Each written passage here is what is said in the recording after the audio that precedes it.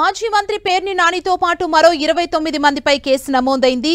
Arpeta CI ఏసుబాబుపై మాజీ మంత్రి పేర్ని నాని దౌర్జన్యం చేశారని చిలకలపూడి పోలీస్ స్టేషన్లో కేసు నమోదైంది. వైసీపీ నేత సుబ్బన్నను నిన్న విచారణ కోసం మచిలీపట్నం టౌన్ పోలీసులు స్టేషన్కు పిలిచారు. దీంతో అక్కడికి వెళ్లిన పేర్ని నాని సీఐ విధులకు ఆటంకం కలిగించడంతో పాటు హల్చల్ చేశారని పేర్ని నానిపై కేసు నమోదు చేశారు. ఈ ఘటనను ఎస్పీ తీవ్రంగా పరిగణించారు. మరోవైపు తనపై కేసు నమోదవటంపై మాజీ మంత్రి పేర్ని నాని స్పందించారు. తాను సీఐని బెదిరించలేదని మాజీ మంత్రి పేర్ని నాని స్పష్టం చేశారు. కృష్ణా జిల్లా ఎస్పీ వాస్తవాలు తెలుసుకుని మాట్లాడితే బాగుండేదన్నారు. వైసీపీ నేత సుబ్బన్నను వదిలిపెట్టమని తాను ఒత్తిడి చేయలేదన్నారు. కావాలంటే సీసీ ఫుటేజ్ తెప్పించుకొని వాస్తవాలు తెలుసుకోవాలని సూచించారు.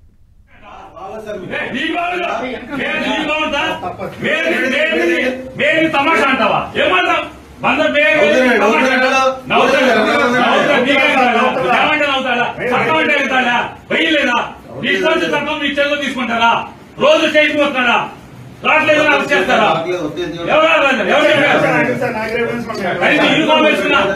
అబద్ధం ఎందుకు వచ్చాడు అందుకు వచ్చాడని మాట్లాడతారు. అతను ఐ పిచ్లో మాట్లాడాడు, నేను ఐ పిచ్లో అని మాట్లాడాను. మేము ప్రజా జీవితంలో 25 ఏళ్ల నుంచి ఉన్నాం. ఎస్పీ గారు చట్టం తెలిసిన వాడిని, విచక్షణ తెలిసిన వాడిని. నేను కేసు నా మీద ఇప్పుడు బోలని కేసులు ఉన్నాయి, రాష్ట్రంలో చాలా చోట్ల కూడా ఉన్నాయి. నేనేం నేరం చేయలే, నాకేం తప్పుడు వ్యాపారాలు లేవు, నేను బ్యాడ్ క్యారెక్టర్ కాదు, నేనేం కూనీలు చేయను, మర్డర్లు చేయను, రౌడీజం చేయను. అవమానిస్తే తిరగబడతాను, తప్పేం లేదు. కాకపోతే వాస్తవాలు ఏంటో తెలుసుకోండి. నేనైతే సుబ్బన్ని వదలమను. అతను ఐ పిచ్లో మాట్లాడాడు, నేను ఐ పిచ్లో అని మాట్లాడాను. మేము ప్రజా జీవితంలో 25 ఏళ్ల నుంచి ఉన్నాం. ఎస్పీ గారు చట్టం తెలిసిన వాడిని, విచక్షణ తెలిసిన వాడిని. నేను కేసు నా మీద ఇప్పుడు బోలని కేసులు ఉన్నాయి, రాష్ట్రంలో చాలా చోట్ల కూడా ఉన్నాయి. నేనేం నేరం చేయలే, నాకేం తప్పుడు వ్యాపారాలు లేవు, నేను బ్యాడ్ క్యారెక్టర్ కాదు, నేనేం కూనీలు చేయను, మర్డర్లు చేయను, రౌడీజం చేయను.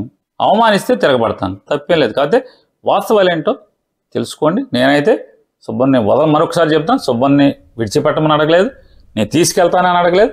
ఇది అసత్యం. తొందరగా రిమాండ్కి పెట్టండి, రేపు పెళ్ళి ఉంది, పీటల మీద ఇట్లనే కూర్చోవాలి అని మాత్రం నేను గట్టిగా మాట్లాడాను. అతను ఐ పిచ్లో మాట్లాడాడు.